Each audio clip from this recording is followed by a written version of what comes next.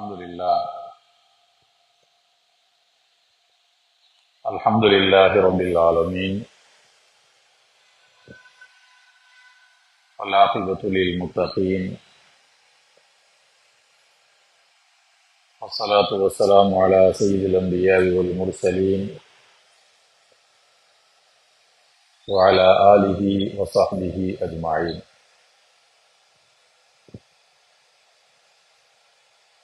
أعوذ بالله من الشيطان الرجيم.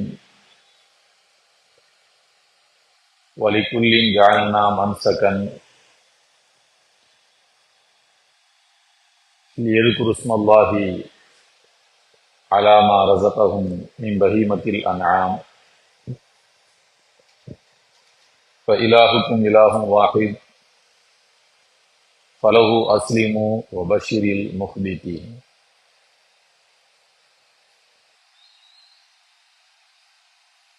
أن النبي صلى الله عليه وسلم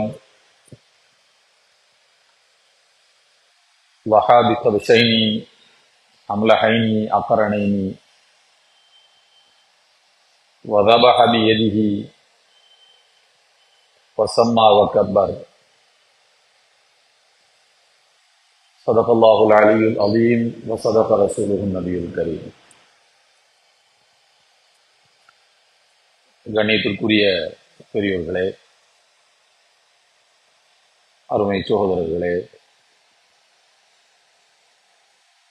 எல்லாம் வல்ல அல்லாஹ்வினுடைய நல்லடியார்களே,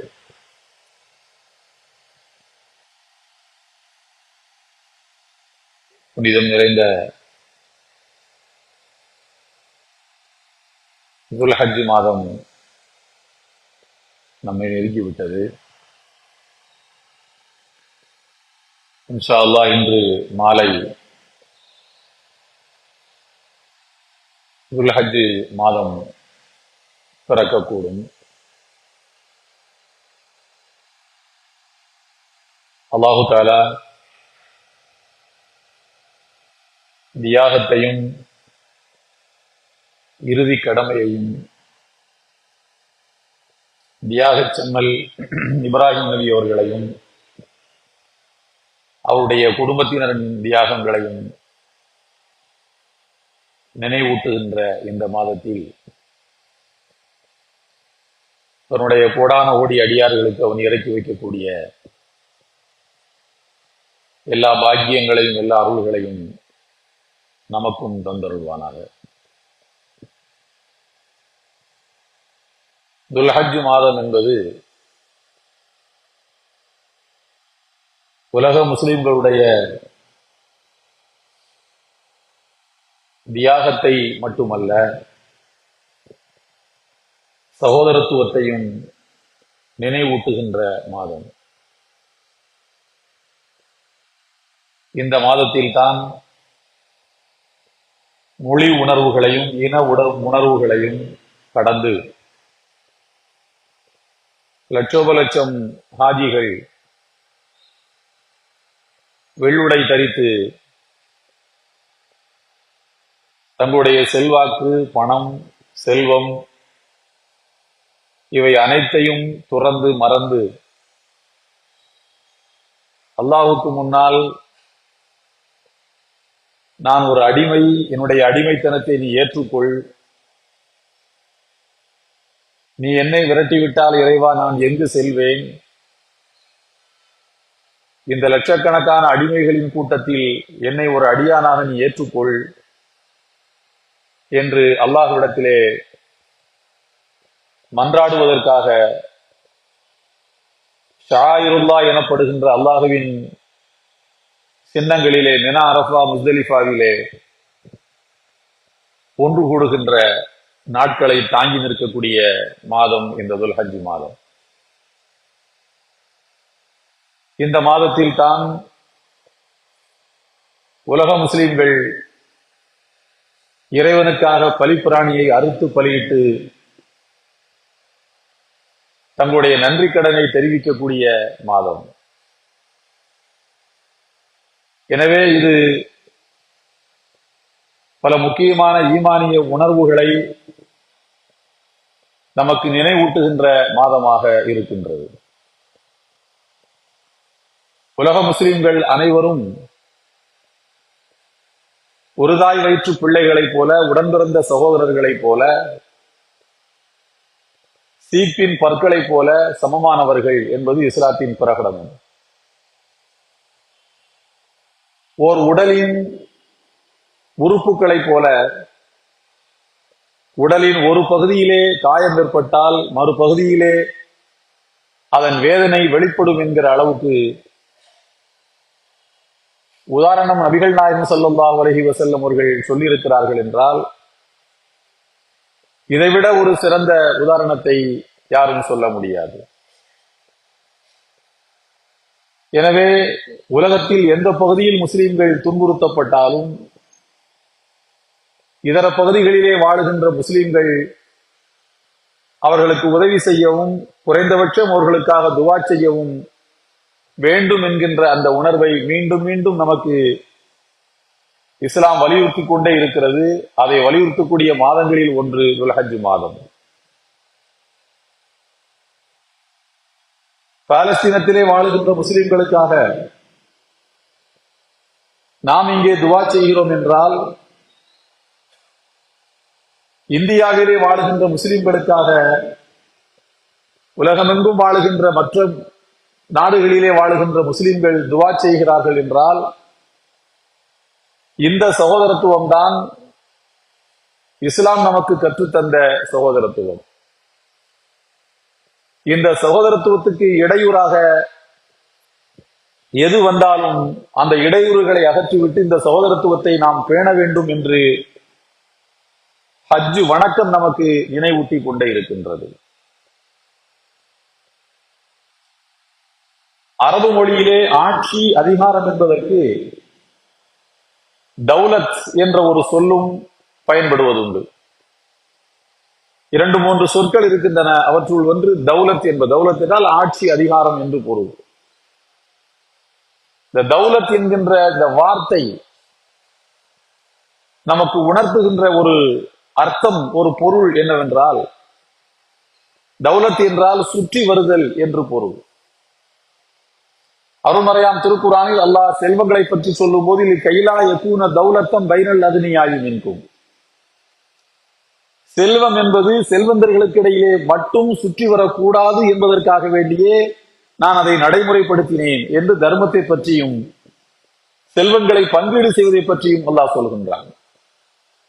தௌலத் என்றால் சுற்றி வருதல் என்று பொருள், சுழற்சி முறையிலே வருவது என்று பொருள். உலகத்தில் யாருடைய கையிலையும் அதிகாரத்தை அல்லாஹு தஆலா நிரந்தரமாக வைத்திருக்கவில்லை. அருள்மறையான் திருக்குரானில் அல்லாஹு தஆலா நேர்மையாக அவர்கள் வாழ்ந்த காலத்தில் மனித சமுதாயம் எங்கெல்லாம் வாழ்ந்ததோ அந்த பகுதிக்கெல்லாம் தன்னுடைய செல்வாக்கை செலுத்திய 2 அரசர்களை பற்றி அருள்மறையான் திருக்குரானில் சொல்கிறார்.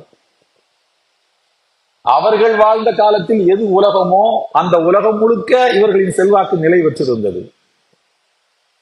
இருவருமே நேர்மையான ஆட்சியை உலகத்துக்கு தந்தவர்கள்.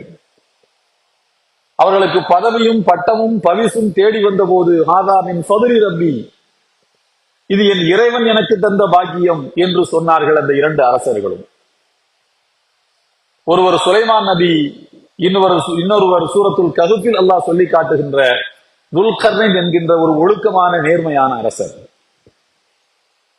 இந்த இருவருடைய ஆட்சியும் என்ன பூமியிலே நிலை பெற்று விட்டதா? அவர்கள் வாழ்ந்த பகுதிகள் என்ன அவருடைய பிள்ளைகளால் ஆளப்படுகின்ற நிலங்களாக இருந்ததா என்றால் இல்லை. ஆட்சி அதிகாரம் என்பது சுற்றி வந்து கொண்டே இருக்கும். கிட்டத்தட்ட 6 நூற்றாண்டுகள் உலகத்தில் வாழுகின்ற எல்லா முஸ்லிம்களுக்கும் தலைமைப்பிடமாக இருந்தது துருக்கி. அங்கே ஆண்டு வந்து கொண்டிருந்த ஓட்டமன் எம்பர் எனப்படுகின்ற உஸ்மானிய சாம்ராஜ்யத்தினுடைய கலீஃபாக்கள் இருந்தார்கள். தங்களுக்கு எதிராக எதிரிகள் செய்து வருகின்ற சதிகளையும் சூழ்ச்சிகளையும் எதிர்த்து நிற்கின்ற வலிமையை அவர்கள் இழந்த போது அவர்களிடமிருந்து இறைவன் ஆட்சி அதிகாரத்தை பறித்துக் கொண்டார். ஒரு 5 நூற்றாண்டுகளுக்கும் மேலாக பாக்தாத்தை தலைமையிடமாக கொண்டு அப்பாசிய கிலாபத் என்கின்ற ஆட்சி நிலை பெற்றிருந்தது. அந்த அப்பாசிய கிலாபத் உலகமெங்கும் அறிவு வெளிச்சத்தை பாய்ச்சியவர்கள். நாகரிகம் என்றால் என்னவென்று உலகத்துக்கு அவர்கள் கற்றுக் கொடுத்தார்கள். இன்றைக்கு இருக்கக்கூடிய மருத்துவ கல்வி, ஆராய்ச்சி கல்வி, விஞ்ஞான கல்வி, வானவியல், பூகோளம், இவை அனைத்துக்கும் முஸ்லிம்கள் தான் தந்தைமார்கள் என்பதை உலகத்துக்கு நிரூபித்த ஆட்சி அப்பாசிய கிலாபத்தினுடைய ஆட்சி. இன்றைக்கு பல்கலைக்கழகங்களிலே பட்டங்கள் வழங்குகின்ற போது இது போன்ற ஒரு ஆடையை பட்டம் பெறுகின்ற மாணவர்களுக்கு தருகின்றார்கள். தலையில் இவர்களுக்கு ஒரு தொப்பி வைக்கின்றார்கள். அந்த தொப்பியினுடைய உச்சியிலே சதுரமாக இருக்கும். இந்த நடைமுறையெல்லாம் உலகத்துக்கு அறிமுகப்படுத்தியது அப்பாசிய கிலாபத்தினுடைய ஆட்சி தான். மேலே இருக்கக்கூடிய அந்த தொப்பிக்கு மேலே இருக்கக்கூடிய அந்த சதுரத்தில் திருக்குரான் ஒன்றை வைத்து அதை பட்டு துணியால் பிணைத்து, நீ எவ்வளவுதான் அறிவு பெற்றிருந்தாலும் உன்னை விட மேலானது திருக்குரான் என்று அவர்களுக்கு உணர்த்துவதற்காகத்தான் அந்த சதுர தொப்பியை தலையிலே வைத்து அனுப்பினார்கள். இவர்கள் பட்டம் பெற்று விட்டார்கள், சமுதாயத்திலே மாண்புக்குரியவர்கள் என்று அவர்களை இனங்காட்டுவதற்காக இது போன்ற ஆடைகளை அவர்களுக்கு கொடுத்தார்கள். அங்கிருந்துதான் உலகமெங்கும் பட்டம் வழங்குகின்ற போது இந்த ஆடையை வழங்குகின்ற நடைமுறை தோன்றியது என்பது அப்பாசிய கிலாபத்தினுடைய வரலாற்றை அறிந்தவர்களுக்கு தெரியும். அந்த அப்பாசிய கிலாபத் உலக செல்வங்களிலே மூழ்கியது. மங்கோலியர்கள் படையெடுத்து அப்பாசிய கிலாபத்தை வீழ்த்தினார்கள். அதற்கு முன்னர் உமையாக்கள் இருந்தார்கள். ஆடம்பரத்திலே மூழ்கினார்கள், அழிந்து போனார்கள்.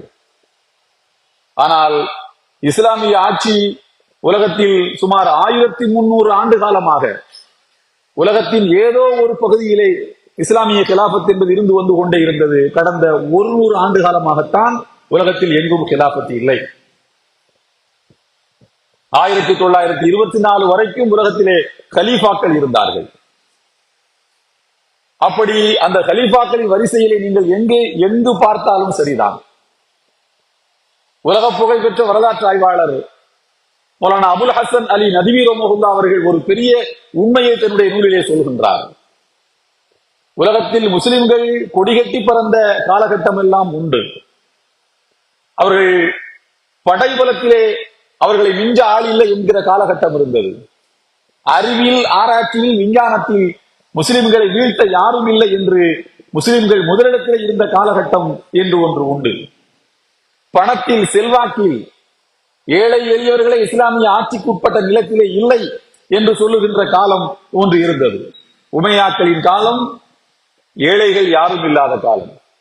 அப்பாசியாக்களின் காலம் அறிவு வளர்ச்சியிலே முஸ்லிம்கள் தான் முதன்மையானவர்கள் என்று உலகத்துக்கு நிரூபித்த காலம். ஓட்டமன் எம்பையர் எனப்படுகின்ற உஸ்மானிய சாம்ராஜ்யத்தின் காலம் முஸ்லிம்கள் படைபலத்தில், ராணுவ பலத்தில் அவர்களை மிஞ்ச உலகத்திலே ஆள் இல்லை என்று உலகத்துக்கு நிரூபித்த காலம். இந்த காலகட்டங்களில் எதுவும் எந்த இஸ்லாமிய ஆட்சியாளரும் தன்னை கடவுள் என்றோ கடவுளின் அவதாரம் என்றோ தன்னை ஒரு காலமும் அறிவித்துக் கொள்ளவில்லை. அவர்களுக்கு தெரியும், அப்படி அறிவித்துக் கொள்ளுகின்ற எண்ணம் ஆட்சியாளரின் உள்ளத்தின் ஒரு ஓரத்தில் இருந்தாலும் கூட மக்கள் கட்டி வைத்து உரைப்பார்கள் என்று அவர்களுக்கு தெரியும். அப்படியெல்லாம் நாவை பேணிக்கொண்டு வாழ்ந்தவர்களின் ஆட்சி காலங்கள் கூட ஒரு குறிப்பிட்ட காலத்திலே சரிந்து போய்விட்டது. ஏனென்றால் அல்லாஹ் அப்படித்தான் உலகத்தினுடைய போக்கை வைத்திருக்கின்றார். ஆட்சியாளர் என்பவர் நேர்மையாக இருக்க வேண்டும், குடிமக்கள் அனைவரையும் சமமாக நடத்த வேண்டும், குடிமக்களுக்கு இடையிலே பாரபட்சம் காட்டக்கூடாது. அப்படி பாரபட்சம் காட்டுகின்றவன் முஸ்லீமாக இருந்தாலும் கூட அல்லாஹ் அவனை நீண்ட நாட்களுக்கு உலகத்திலே ஆள விடுவதில்லை. குடிமக்கள் என்னை ஏற்றுக்கொள்கிறார்களோ இல்லையோ, நான் அவர்களுக்கு எஜமான், அவர்கள் எனக்கு அடிமைகள். என் அடிமைகளை துன்புறுத்த நீ யார் என்று ஆட்சியாளர்களை அல்லாஹ் தண்டிக்கின்றான், அவர்களை தூக்கி எறிகின்றான். இதுதான் மனிதர்கள் மீது அல்லாஹ் வைத்திருக்கக்கூடிய பார்வை. நமக்கு ஒரு நல்ல வாய்ப்பு ஒன்று, இனி ஒரு 5 ஆண்டு காலத்தில் நமக்கு ஒரு முஸ்லிம்களுக்கு, இந்திய முஸ்லிம்களுக்கு ஒரு நல்ல வாய்ப்பு வந்திருக்கிறது. ஒரு 10 ஆண்டு காலம் புழுக்களை போல இந்தியாவிலே நாம் எழுந்து கொண்டிருந்தோம்.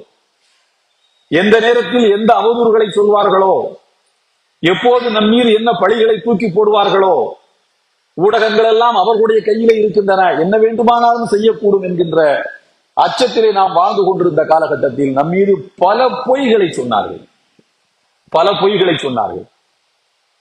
இந்த பொய்களை எல்லாம் நம்மை தாண்டி மற்ற சமுதாயத்து மக்கள் மீது சொல்ல ஆரம்பித்த பிறகு அவர்களுக்கு வீழ்ச்சி வந்திருக்கிறது. இது நாம் எதிர்பார்த்ததுதான்.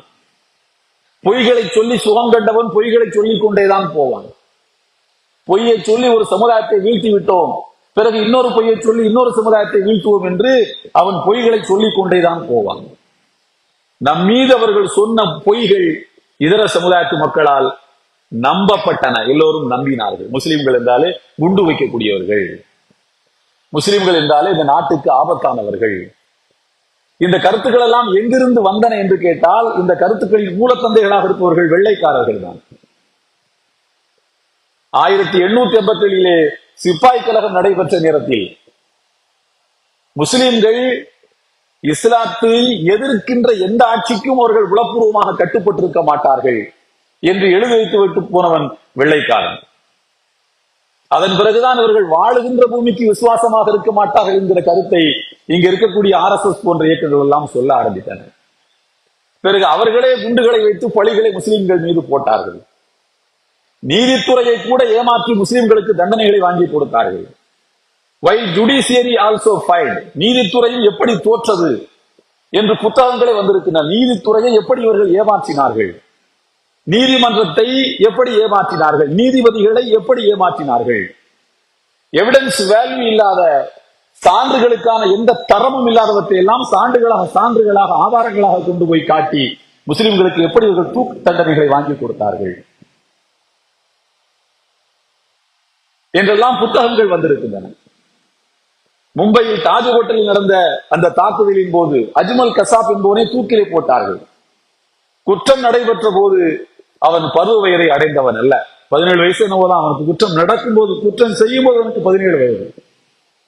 ஆனால் யாராவது ஒரு முஸ்லிமை பிடித்து தூக்கிலே போடாவிட்டால் இந்த பழியை முஸ்லிம்கள் மீது போடுவதிலே அர்த்தம் இல்லாமல் போய்விடும். எனவே அவனுக்கு 18 வயது என்று சர்டிபிகேட்டை வாங்கி கொண்டு வந்து கொடுத்து அவனை தூக்கு மேடைக்கு அனுப்பி வைத்தார்கள். இவைகளெல்லாம் புத்தகங்களிலே இருக்கின்றன. பிளாக் அண்ட் ஒயிட்ல புத்தகங்களிலே பதிப்பிக்கப்பட்டு இந்தியாவிலேயே விற்பனையாகி கொண்டிருக்கிறது. இந்த எல்லா உண்மைகளையும் தாண்டி முஸ்லிம்கள் மீது திரும்ப திரும்ப பொய்களை சொல்லி இவர்கள் இந்த நாட்டிலே இருப்பதற்கு தகுதியற்றவர்கள் என்று பிரச்சாரங்களை செய்து இதர சமுதாயத்து மக்களை நம்ப வைத்து முஸ்லிம்களை எதிரிகளாக காட்டி ஆட்சி அதிகாரத்திலே வந்து உட்கார்ந்து அதனுடைய பரிசுகளையும் அது தருகின்ற சுகங்களையும் அனுபவித்து ருசி கண்டவர்கள் இன்றைக்கு எலி பொறியிலே சிக்கி எலியை போல தவிக்கிறார்கள் என்று சொன்னால் உண்மையிலேயே அவர்களுக்கு சிங்கிள் லார்ஜஸ்ட் பார்ட்டி, தனிப்பெரும் கட்சியாக அவர்கள் தான் வருவார்கள் என்பது எதிர்பார்த்த விஷயம்தான். ஆனால் இப்படி நடக்கும் என்பதும் எல்லோரும் எதிர்பார்த்த ஒன்றுதான். நான் உங்களுக்கு சொல்ல வருவது என்னவென்றால், இந்த சமுதாயத்துக்கு ஒரு நல்ல ஆப்பர்ச்சுனிட்டி, ஒரு நல்ல வாய்ப்பு கிடைத்திருக்கிறது. எப்படியெல்லாம் இவர்கள் பொய்களை சொல்லுவார்கள் என்று. இவர்கள் சொன்ன பொய்களால் பாதிக்கப்படாத எந்த சமுதாயமும் இந்தியாவிலே கிடையாது. எல்லா சமுதாயத்தின் மீதும் பொய்களை சொல்லி இருக்கின்றார்கள்.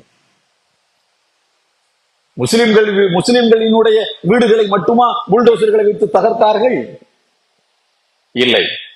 வெளியிலே சொன்னது அப்படி, ஐ எம் புல்டோசர் பாபா, நான் புல்டோசரை வைத்துத்தான் ஆட்சி நடத்துவேன், இன்னும் புல்டோசரை எங்கெல்லாம் பயன்படுத்த வேண்டும் என்று எனக்கு தெரியும் என்று பெருமையோடு சொன்னார். முஸ்லிம்கள் வீடுகளுக்கு மட்டுமல்ல, அயோத்தியாவில் வாழ்ந்து கொண்டிருந்த பல இந்து பெருமக்களுடைய வீடுகளையும் புல்டோசர் வைத்து தகர்த்திருக்கின்றார்கள். எதற்காக என்றால், வணிக நிறுவனங்களை கட்டுவதற்காக, கடைகளை கட்டுவதற்காக, கடைகளை கட்டி யாரோ சிலர் அதிலே வளம் பெறுவதற்காக குடியிருப்புகளை தகர்த்தெறிந்திருக்கிறார்கள். அதனால் தான் அந்த தொகுதியிலே அவர்கள் தோற்று போயிருக்கின்றார்கள். இப்படியெல்லாம் பல பொய்களை இந்த நாட்டு மக்களுக்கு அவர்கள் கடை விரித்து விற்பனை செய்திருக்கின்றார்கள். இந்த பொய்களை எல்லாம் இதர சமுதாயத்து மக்களுக்கு எடுத்து சொல்வதற்கு கிடைத்திருக்கக்கூடிய, வருங்காலத்தில் கிடைத்திருக்கக்கூடிய இந்த 5 ஆண்டு காலத்தை முஸ்லிம்களாகிய நாம் எப்படி பயன்படுத்திக் கொள்ளப் போகிறோம் என்பதில் தான் இந்தியாவில் நம்முடைய எதிர்காலம் இருக்கிறது. எப்போதுமே முஸ்லிம்கள் கிடைக்கக்கூடிய வாய்ப்பை எல்லாம் நழுவ விடக்கூடியவர்கள் தான். ஒரு காலகட்டத்திலே இங்கே தந்தை பெரியார் இருந்தார். இஸ்லாத்துக்கு போங்கள், இஸ்லாத்துக்கு போங்கள் என்று பிரச்சாரம் செய்தார். அவருடைய நூல்களையும் அவருடைய எழுத்துக்களையும் ஆய்வு செய்த ஒரு எழுத்தாளர் அவரே எழுதியிருக்கின்றார். பெரியார் தன்னுடைய உரைகள் வழியாகவும் தன்னுடைய எழுத்துக்கள் வழியாகவும் குடியரசு பத்திரிகை எழுதக்கூடிய கட்டுரைகள் வழியாகவும் தன்னுடைய ஆயுள் காலத்தில் தாழ்த்தப்பட்ட, பிற்படுத்தப்பட்ட, ஒடுக்கப்பட்ட மக்களை நீங்கள் இஸ்லாத்துக்கு செல்லுங்கள் என்று 300 தடவை சொல்லியிருக்கிறாராம். 300 தடவை 300 தடவை அவர் திரும்ப திரும்ப சொல்லி இருக்கின்றார், இஸ்லாத்துக்கு போங்க, இஸ்லாத்துக்கு போங்க. அவர் சொன்னால் கேட்பதற்கு ஒரு பெரும் கூட்டம் இருந்தது. அந்த வாய்ப்புகளை எல்லாம் பயன்படுத்தி முஸ்லிம்களாகிய நாம் எவ்வளவு அழைப்பு பணியில் நாம் ஈடுபட்டோம் என்பதுதான் நமக்கு முன்னால் இருக்கின்ற கேள்வி. இந்த வாய்ப்பை பயன்படுத்த தவறியதன் காரணமாகத்தான் நாம் இன்னும் இங்கே பிற்படுத்தப்பட்ட நிலையிலே இருந்து கொண்டிருக்கின்றோம். இதை போல மகாராஷ்டிராவிலும் பெரியாரை போன்ற சில சீர்திருத்தவாதிகள் வந்திருக்கின்றார்கள், கர்நாடகத்திலும் வந்திருக்கின்றார்கள். அவர்களை எல்லாம் பயன்படுத்திக் கொண்டு இஸ்லாமிய அழைப்பு பணி பிரச்சாரத்தை முஸ்லிம் சமுதாயம் செய்திருக்க வேண்டும். கடந்த காலத்தினுடைய விஷயங்களை பேசி ஒன்றும் ஆகப் போவதில்லை. கீழே கொட்டிய பாலை திரும்ப எப்படி பாத்திரத்துக்கு கொண்டு வருவது? தரை உறிஞ்சியதற்கு பிறகு அதை ஒன்று செய்ய முடியாது. ஆனால் இனி வரக்கூடிய 5 ஆண்டு காலங்கள் என்பது நமக்கு இறைவன் தந்திருக்கக்கூடிய மிகப்பெரிய வாய்ப்பு. இந்த வாய்ப்புகளில் நாம் செய்ய வேண்டிய முதன்மை பணி என்னவென்று சொன்னால், ஆட்சியாளர்கள் சொன்ன பொய்களை நமக்கு எதிராக மட்டுமல்ல, எல்லா சமுதாய மக்களுக்கு எதிராகவும் சொன்ன பொய்களை வெளிச்சம் போட்டு காட்டுவதன் மூலம் இனிவரும் நாட்களில் அவருடைய அரசியல் எதிர்காலத்தை நாம் கேள்விக்குள்ளாக்க முடியும் என்கின்ற இந்த செய்திதான் இந்த அரசியல் முடிவுகளில் இருந்து நாம் பெறுகின்ற செய்தியாக இருக்க முடியும். ஒன்று. அடுத்து நான் உங்களுக்கு சொன்னேன், துல்ஹஜ் மாதம் இன்ஷா அல்லாஹ் இன்று மாலை பிறை தெரிந்துவிடும். துல்ஹஜ் மாதம் என்பது தியாகத்தை நினைவூட்டுகின்ற மாதம். அதனுடைய முதல் 10 நாட்கள் நபிகள் நாயகம் ஸல்லல்லாஹு அலைஹி வஸல்லம் சொன்னார்கள், மாமின் ஐயாமின் அல் அமலு ஸாலிஹு ஃபீ ஹப்ப இலல்லாஹி மின் ஹாதிஹில் ஐயாமி. இதர நாட்களில் செய்யப்படுகின்ற எந்த அமலும் இந்த நாளில் செய்யப்பட்டால் அல்லாஹ்வுக்கு அது மிகவும் பிடித்தமான அமல். ஒரு மனிதர் அல்லாஹ்வுடைய மார்க்கத்தை பாதுகாப்பதற்காக வேண்டி போர்க்களத்துக்கு சென்றார், ஜிஹாது செய்தார், அதிலே தன்னுயிர் ஈந்தார், செல்வத்தை எடுத்துக்கொண்டு போனார், உயிரையும் எடுத்துக்கொண்டு போனார். அவர் இரண்டையுமே திரும்ப கொண்டு வரவில்லை, அந்த போரிலே ஷஹீதாகிவிட்டார் என்றால் அவரை தவிர அவர் மாத்திரம் சிறந்த அமலை செய்திருக்கிறார்னு அர்த்தம். அது தவிர உயிரோடு வாழ்ந்து கொண்டிருக்கின்ற ஒரு மனிதர் இந்த முதல் துல்ஹஜ் மாதத்தினுடைய முதல் 10 நாட்களில் செய்யக்கூடிய அமல்கள் ரொம்ப ஏற்றமானது என்று நபி, அல்லாஹ்வுக்கு மிகவும் பிடித்தமானது என்று நபிகள் நாயகம் ஸல்லல்லாஹு அலைஹி வஸல்லம் அவர்கள் சொல்லியிருக்கிறார்கள். அதிலே பிறை 10வது அன்று பெருநாள், பிறை 10வது அன்று செய்யக்கூடிய அமல்களில் ரொம்ப விசேஷமானது குர்பானி கொடுப்பது. முதல் 9 நாட்களில் தான தர்மங்கள் அதிகமாக கொடுக்குது, நோன்பு வைக்கலாம், 9 நாட்கள் கூட நோன்பு வைக்கலாம், உறவினர்களை பேணுவது, ரமலான்ல செய்யக்கூடிய மற்ற எல்லா அமல்களையும் இந்த முதல் 10 நாட்களில முதல் 9 நாட்கள்ல செய்வது. இது ரொம்ப சிறப்பானது. துல்ஹஜ் மாதத்தினுடைய முதல் 10 நாட்கள் அல்லாஹு தஆலா இதை அருள்மறையாம் திருக்குர்ஆனில் சத்தியமிட்டு சொல்லி காட்டுகிறான். வலயாலின் ஆஷிர், 10 இரவுகள் மீது சத்தியமாக. அல்லாஹ் சத்தியமிட்டு சொல்கிறான் என்றால் அந்த நாளுடைய மகத்துவத்தை புரிந்து கொள்வதற்கு இந்த ஒரு சத்தியம் நமக்கு போதுமானது.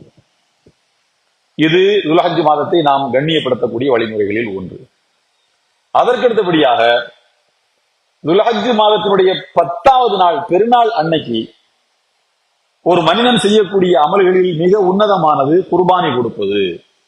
ரசூலுல்லாஹி ஸல்லல்லாஹு அலைஹி வஸல்லம் அவர்கள் சொல்லியிருக்கிறார்கள். அல்லாஹ் சொல்கிறான், வலிகுல்லின் ஜஅல்னா மன்சகன், எல்லா சமுதாயத்து மக்களுக்கும் நாம் குர்பானியை வைத்திருந்தோம். மூசா நபி காலத்திலையும் குர்பானி இருந்திருக்கு, எல்லா நபிமார்களுக்கும் குர்பானி இருந்திருக்கிறது, நமக்கும் அல்லாஹ் தஆலா குர்பானியை தந்திருக்கின்றான். குர்பானி யார் கொடுப்பது? ஜகாத்து கொடுக்கக்கூடிய அளவுக்கு யாருக்கு செல்வம் இருக்கிறதோ, வசதி இருக்கிறதோ, அவர்கள் எல்லாருமே குர்பானி கொடுக்க வேண்டும். ஒரு குடும்பத்துக்கு ஒரு குர்பானி தான், கணவருக்கு தனி, மனைவிக்கு தனி, பிள்ளைகளுக்கு தனிங்கிறது கிடையாது. ஒரு குடும்பத்துக்கு ஒரு குர்பானி போதுமானது.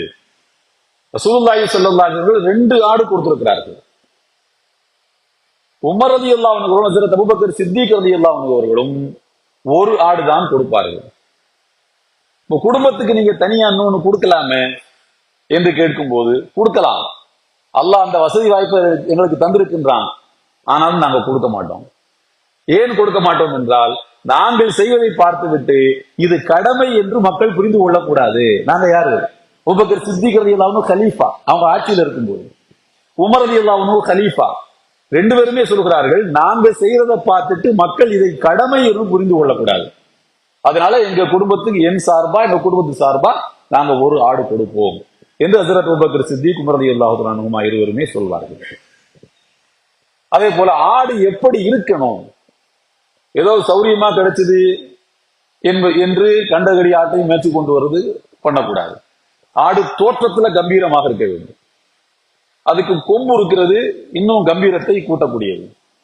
ஆடு என்று சொன்னால் 1 வயது பூர்த்தியாக இருக்க வேண்டும். மாடுனா 2 வயது பூர்த்தியாக இருக்கணும். சில ஆடுகள் இருக்கிறது 10 மாசம் தான் இருக்கும், 8 மாசம் தான் ஆயிருக்கும். ஆனா பாக்குறதுக்கு 1 வயசு மாதிரி இருக்கும், கம்பீரமா இருக்கும், நல்ல கொம்பு கும்பெல்லாம் போட்டு. சில நம்ம ஆட்கள் கூட அப்படி இருப்பாங்க.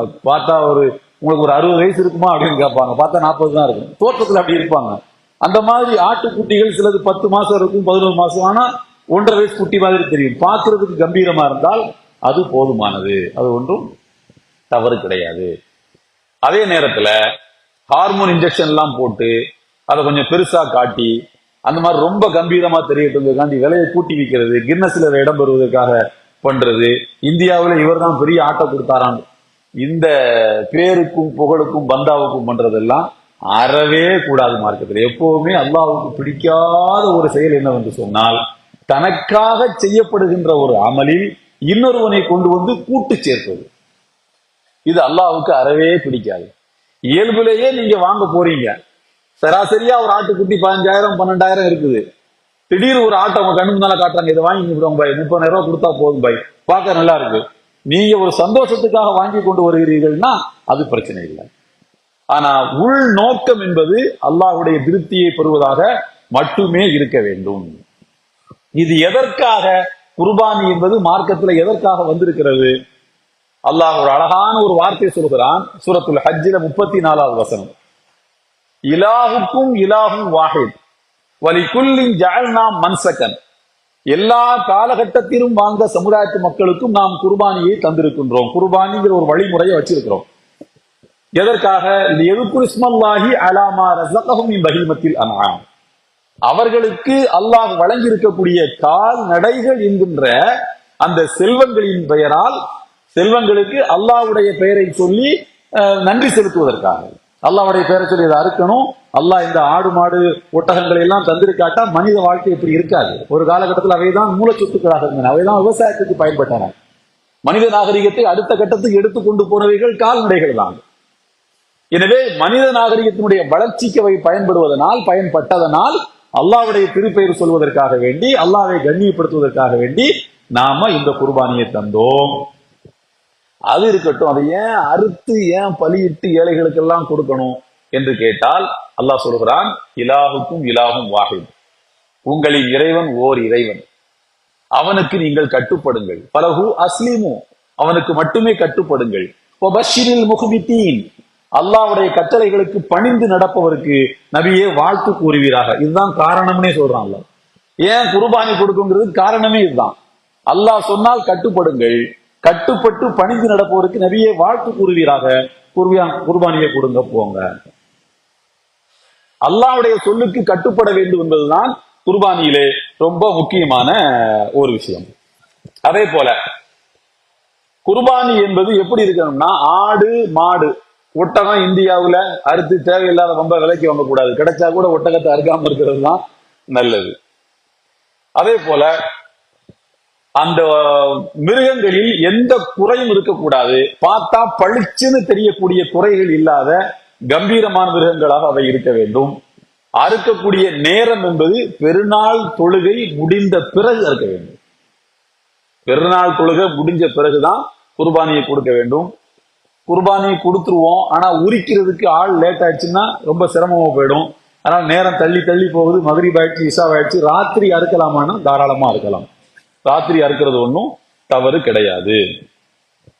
அதே போல இந்த நகம் வெட்டாம இருக்கணும், முடி வெட்டாம இருக்கணும். இது ஒரு முஸ்தகப்பான நன்மையான, இது ஃபர்லு கிடையாது. மறந்து போய் நகத்தை வெட்டிட்டீங்க, மறந்து போய் முடிய விட்டுட்டீங்கன்னு சொன்னா அதனால குர்பானியில் உங்களுக்கு எந்த சவாபும் குறையாது. தெளிவா புரிஞ்சுக்கிடுங்க. இது ஒரு சுன்னத். ரசூலுல்லாஹ் சொன்னாங்க, முடியை எடுக்காதீர்கள், நகத்தை வெட்டாதீர்கள். அதுக்கு கட்டுப்பட்டுருவோம். மறந்து நகம் வெட்டிட்டோம், மறந்து முடிய வெட்டிட்டோம்னு சொன்னா அதனால குர்பானியுடைய நன்மையில ஒரு துளி அளவுக்கு கூட அதனுடைய சவாபு குறையவே குறையாது. இது ரொம்ப முக்கியமான ஒரு விஷயம். அதே போல இன்னொரு விஷயம் என்னவென்று சொன்னால், பல பேர் கேட்பாங்க, நான் முஸ்லிம்ஸுக்கு நாம குர்பானி இறைச்சி கொடுக்கலாமா அப்படின்னு. தாராளமா கொடுக்கலாம், அதுல எந்த தவறும் கிடையாது. குர்பானி இறைச்சிய முஸ்லிம்களுக்கு கொடுப்பதை போல நான் முஸ்லிம்ஸுக்கு என்ன செய்யலாம், கொடுக்கலாம். அல்லாஹ் சொல்லுகிறான், அத்தஹிமுல் கானிய வல் முஅத்தர்ர, கேட்டு வருபவருக்கும் கொடுங்கள், கேட்காமல் இருப்பவர்களுக்கும் கொடுங்கள். அங்க ஃபெய்த் சொல்லப்படல, நம்பிக்கை சொல்லப்படல, நம்பிக்கை சொல்லப்படல. சதகத்தில் ஃபித்ர பொறுத்த வரைக்கும் நம்பிக்கை சொல்லப்பட்டிருக்கு. யாரு பெருநாள் கொண்டாடுறாங்களோ அவங்களுக்கு கொடுங்க, யாரு பெருநாள் கொண்டாடுறதோ களிமா சொன்னவங்க கொண்டாடுவாங்க. இதுல ஃபெய்த் சொல்லப்படல. கேட்டு வந்தாலும் கொடுங்கள், சில பேர் கேட்டு வராம இருப்பாங்க, அவங்களுக்கும் கொடுங்கள். அதே போல 3 பங்காக வைத்து கொடுப்பதும் ஃபர்து கிடையாது. 3 பங்கு வச்சுதான் ஆகணும் என்பது கட்டாயம் அல்ல. உதாரணத்துக்கு நமக்கு ஒரு பங்கு எடுக்கவே இல்லை, 2 பங்கு மட்டுமே வச்சு ஒன்னு உறவினர்களுக்கு ஒன்னு இலையை கொடுத்துரும், நிறைவேறிடும். அல்லது உறவினர்கள் எல்லாருமே குர்பானி கொடுக்குறாங்க, நம்ம யாருக்கெல்லாம் கொடுக்கறோம் எல்லாருமே குர்பானி கொடுக்குறாங்க, கொண்டு போய் கொடுக்கறதுக்கு நமக்கு ஆள் இல்லை. எத்தனை பேருக்கு டன்சோ போட்டு அனுப்ப முடியும்? சொந்த பிள்ளைங்களும் இல்லை கொண்டு போய் கொடுக்கறதுக்கு. அதனால உறவுகளை எல்லாம் போன் பண்ணி நீங்க சபரு செஞ்சுக்கிடுங்க, அதனால கொடுத்து விடுறதுக்கு ஆள் இல்லைன்னு 2 பங்கா வச்சு ஒன்னு நீங்க எடுத்துக்கிட்டு ஒன்ன ஏழைகளுக்கு கொடுக்குறீங்க, நிறைவேறும். அதனால 3 பங்கு வைக்கிறது கட்டாயம் இல்லை, 3 பங்கு வைக்கிறது சிறப்பு. தெரியாமல் முடி நகம் வெட்டிட்டா அதனால குர்பானியுடைய சவாபுகள்ல நன்மைகள்ல எந்த குறைவும் என்ன செய்யாது, ஏற்படவே ஏற்படாது. அந்த கொடுக்கக்கூடிய பிராணி கம்பீரமாக இருக்க வேண்டும். அல்லாஹ் சொல்கின்றான், அதனுடைய இறைச்சியோ ரத்தமோ போய் அல்லாஹ் போய் சேர்றது இல்லை, உங்களுடைய இரையச்சம் தான் போய் சேர்கிறது. அந்த காலத்துல என்ன பண்ணுவாங்களாம், குர்பானி கொடுத்துட்டு அந்த ரத்தத்தை என்ன பண்ணுவாங்க, காபத்துள்ளால அப்படி மேல தொளிச்சு விடுவாங்க. இந்த ரத்தம் அல்லாட்ட போய் சேருது. அல்லாஹ் சொல்றான், ரத்தம்லாம் ஒரு என்கிட்ட வர போறது இல்லை, நீங்க எந்த அளவுக்கு இரையச்சத்தோடு நடந்து கொள்கிறீர்களோ அதுதான் என்கிட்ட வருது என்று அல்லாஹ் சொல்கிறான். அதனால அல்லாஹ் இரையச்சத்தை பார்க்கிறான். குர்பானி என்பது அல்லாஹ்வின் சின்னம், ஷஆயிருல்லாஹ், அதை கண்ணியப்படுத்த வேண்டும். அதனால குர்பானியை கொடுத்துட்டு உடனே ஒரு செல்ஃபி, அதுக்கு அறுக்கிற மாதிரி ஒரு போட்டா, இதெல்லாம் விதவிதமா போட்டு இதுல பேக்ரவுண்ட் பிஜிஎம் ஒண்ணு போட்டு விடுறா, வாடா பிஜிஎம் ஒண்ணு போட்டு விடுற, நல்ல பிஜிஎம்மா வை. இதெல்லாம் உங்களுடைய தக்குவாவில பெரிய டேமேஜ் ஏற்படுத்தும். நீ அல்லாஹ்வுடைய சின்னங்களை இழிவுபடுத்துற வகையில இது சேரும். மற்றவங்க ஏதாவது சொல்லுவாங்க, முஸ்லிம்களை பாரு காட்டு பிராண்டி மாதிரி, அது தேவையில்லை. அவன் நீங்க சொன்னாலும் உங்க பொங்க அவன் கணக்குல நீங்க காட்டு பிராண்டி தான், நீங்கன்னா நம்ம யாருதான் காட்டு பிராண்டி தான். அதெல்லாம் விடுங்க. அல்லாஹ் என்ன சொல்லியிருக்கிறான், அந்த மாதிரி பண்ணலாமா, அல்லாஹ் பண்ணக்கூடாதுன்னு தான் சொல்லியிருக்கிறான். அல்லாஹ் கண்ணியமா நடந்துங்கன்னு சொல்லியிருக்கிறான். அதனால செல்ஃபி எடுத்து போடுறது, நான் இன்னைக்கு தான் குர்பானி கொடுத்தேன் பாருங்கள், இன்னைக்கு தினத்தந்தி பேப்பர் எடுத்து அதுக்கு மேல வச்சு இன்னைக்கு தேதி போட்டிருக்கா, நான் இன்னைக்கு தான் கொடுத்தேன். சில பேர் நான் ராத்திரி குர்பானி கொடுத்தேன், மாலை முரசு பேப்பர் அதுக்கு மேல வச்சு இன்னைக்கு மாலை முரசு பாத்தீங்களா, ஆதாரம் சாயங்காலம் தான் கொடுத்தாங்க. இது தேவையில்லை. இது தக்குவாவுல பெரிய டேமேஜ் ஏற்படுத்தக்கூடியது. இன்ஷா அல்லாஹ் இந்த ஒழுக்கங்களை நாம கடைபிடித்துக் கொள்வோம். எல்லாம் வல்ல அல்லாஹ் நம்முடைய எல்லா பணிகளையும் லேசாக்குவானாக. வாக்குறுதாவான அல்ஹம்துலில்லாஹி ரப்பில் ஆலமீன்.